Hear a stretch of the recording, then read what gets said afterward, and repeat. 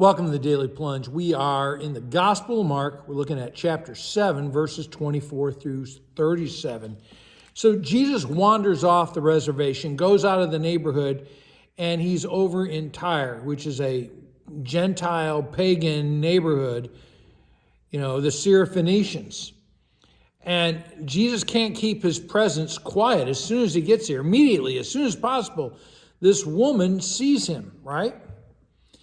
And she comes up to him, falls at his feet, and she brings a problem. And what's the problem that she brings is that her little girl is demon-possessed. She has an impure spirit begging for her daughter. And part of the thing about this woman is a Greek. She's Greek culture, which means that she's worshipped all kinds of gods. She's not a person of the covenant of Abraham. She's not an observer of worshiping the God of Israel.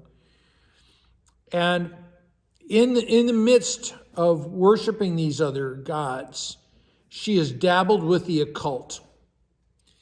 And I want you to think about this little girl. What was going on in this woman's household that brought an impure spirit into contact with her daughter? What spiritual forces were at work in that home? It was the occult.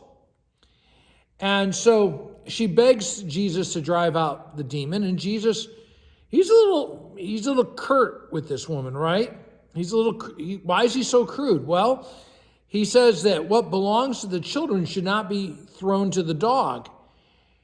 And he confronts her as a dog, as one who worships these false gods, who dabbles with the occult. And she claims that God will even take care of the dogs, that God's mercy is so broad, and she lays hold of this promise that even the crumbs of God's grace are incredibly miraculous and abundant, right? And so Jesus, because of this word that she's claiming, for preaching the promise of God, this word of faith, he says, go, your daughter is demon-free. And so her prayers are answered. And then Jesus leaves that vicinity of that. He goes through Sidon, again, a pagan neighborhood, travels down the Sea of Galilee and goes to the Roman metroplex of the Decapolis. It's another pagan predominant area. And people bring to Jesus a man who is deaf and mute. And I want you to think about, what are the problems that you bring to Jesus? Do you pray for other people that need Jesus' healing?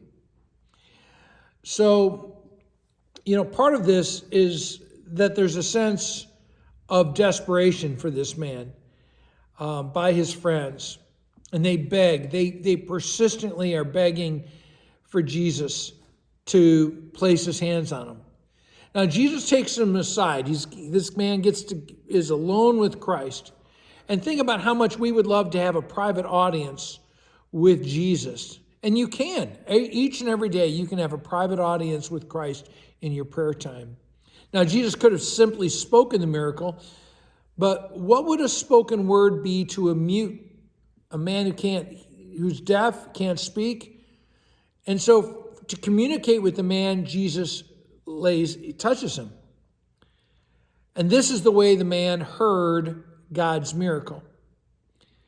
And Jesus looks to his Father in heaven, because he always relies on his Father for the work. And with a sigh, a prayer without words, brings about the healing. He commands them not to tell, but they just go, they can't keep quiet. And the thing is that the miracles are signs of this coming kingdom. It's not the fullness of the kingdom, but to recognize that the kingdom is breaking into this sinful world.